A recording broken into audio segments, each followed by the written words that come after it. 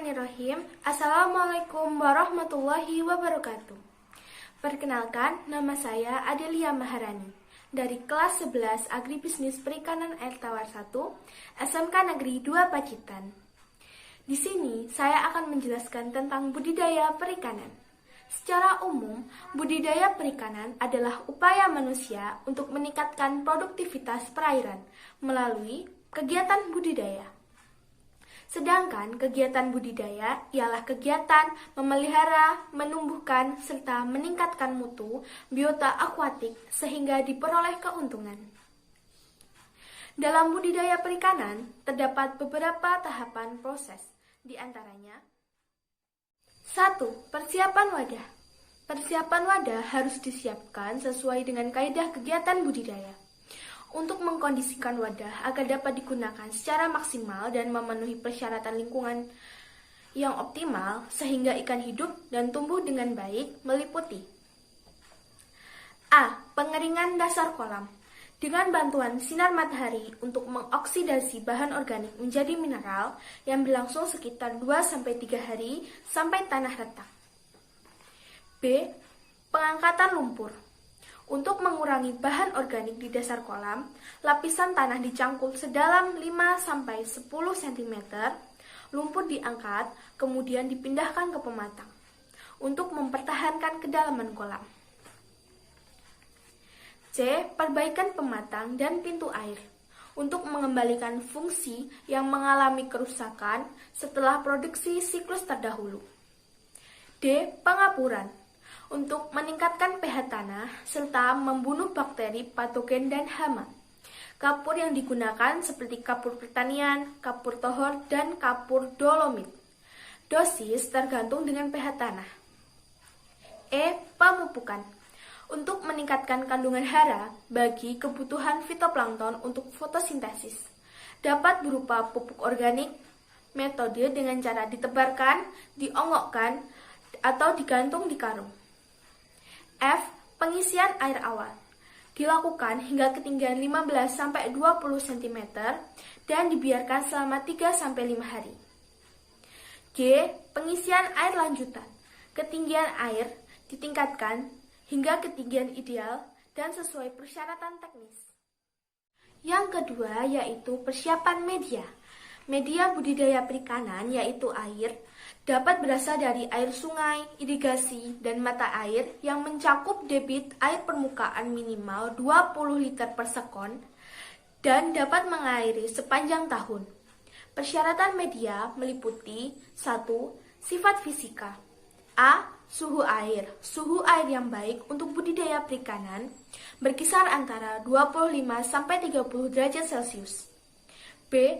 Kecerahan atau kekeruhan. Nilai kekeruhan antara 25-100 NTU. C. Warna air yang dipengaruhi oleh kekeruhan, bahan yang melayang, kualitas cahaya, warna langit, dan dasar perairan. 2. Sifat kimia. A. Oksigen terlarut antara 5-6 ppm. B. Karbon dioksida maksimum 25 ppm. C. pH air berkisar antara 6,5 sampai dengan 8,5. D. Alkalinitas berkisar antara 50 sampai 200 ppm. E. Amonia tidak boleh lebih dari 1 ppm. F. Nitrogen. G. Asam sulfida tidak lebih dari 1 mg per liter.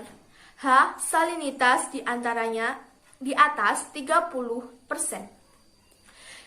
3. Sifat biologi. A. Plankton meliputi fitoplankton dan zooplankton. B. Serangga air. Dan C. bentos. Yang ketiga adalah pemilihan induk atau benih yang baik. A. Lakukan seleksi induk dengan memperhatikan karakter fenotipnya.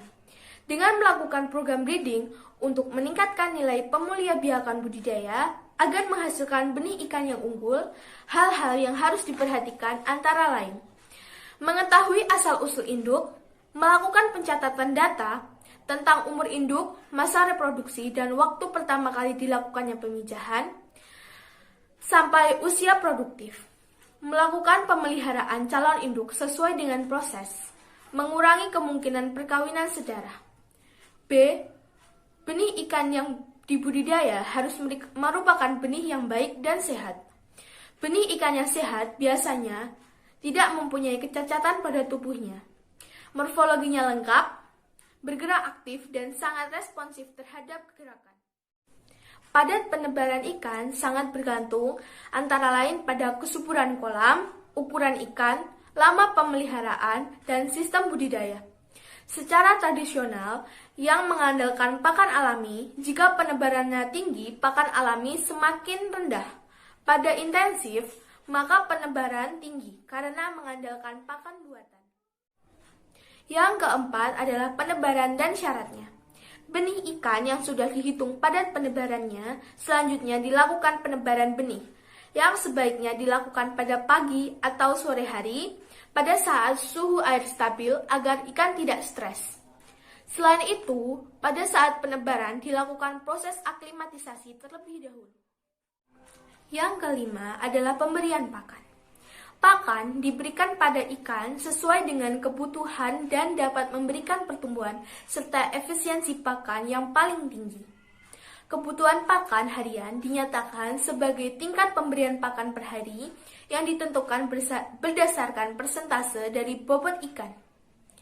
Hal-hal yang diperhatikan dalam memberi pakan diantaranya, pakan diberi setiap hari pada jam yang sama. Pemberian pakan diberikan saat suhu air hangat. Pakan diberikan sedikit demi sedikit untuk menarik minat ikan, lalu diberikan lebih banyak. Pemberian pakan dilakukan dengan tenang sehingga ikan tidak stres. Mengamati tingkah laku dan nafsu makan ikan sambil memberikannya pakan. Yang keenam adalah pengendalian hama penyakit. Pencegahan serangan hama adalah dengan membersihkan area kolam dari rumput atau semak-semak yang menjadi sarang hama, atau dengan melokalisir seluruh areal kolam dengan pagar tembok atau beton sehingga hama tidak dapat masuk ke lokasi budidaya ikan. Sedangkan pencegahan penyakit yang disebabkan oleh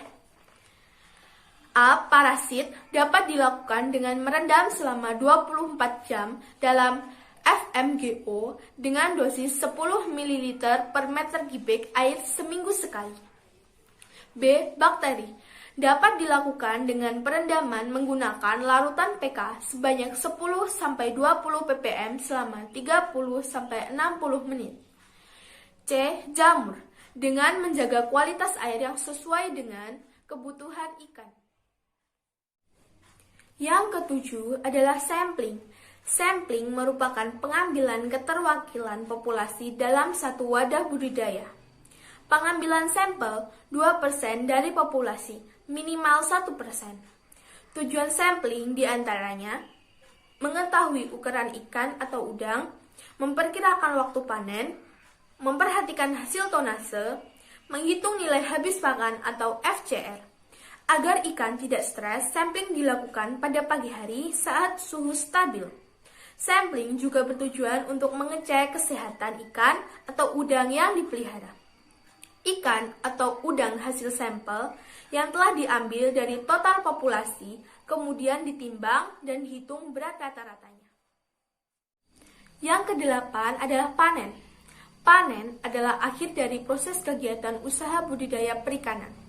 Panen dimulai antara jam 4 sampai jam 5 pagi untuk menghindari terik matahari yang mengganggu kesehatan ikan. Untuk lele minimal 21 hari dengan ukuran sekitar 5-8 ekor per kilogram.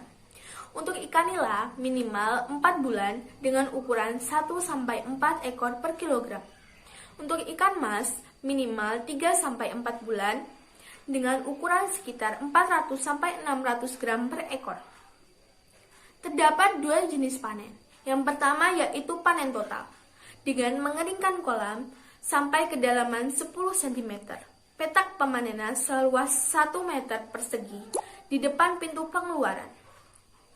Dilakukan di pagi hari dengan waring, dilakukan secepatnya dan hati-hati.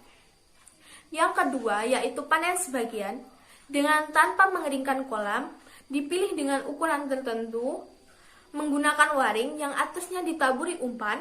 Ikan yang tidak terpilih dikembalikan lagi dan diberi obat. Yang ketujuh adalah sampling. Sampling merupakan pengambilan keterwakilan populasi dalam satu wadah budidaya. Pengambilan sampel 2% dari populasi, minimal 1%. Tujuan sampling diantaranya mengetahui ukuran ikan atau udang, memperkirakan waktu panen, memperhatikan hasil tonase, menghitung nilai habis pakan atau FCR. Agar ikan tidak stres, sampling dilakukan pada pagi hari saat suhu stabil. Sampling juga bertujuan untuk mengecek kesehatan ikan atau udang yang dipelihara. Ikan atau udang hasil sampel yang telah diambil dari total populasi kemudian ditimbang dan dihitung berat rata-rata.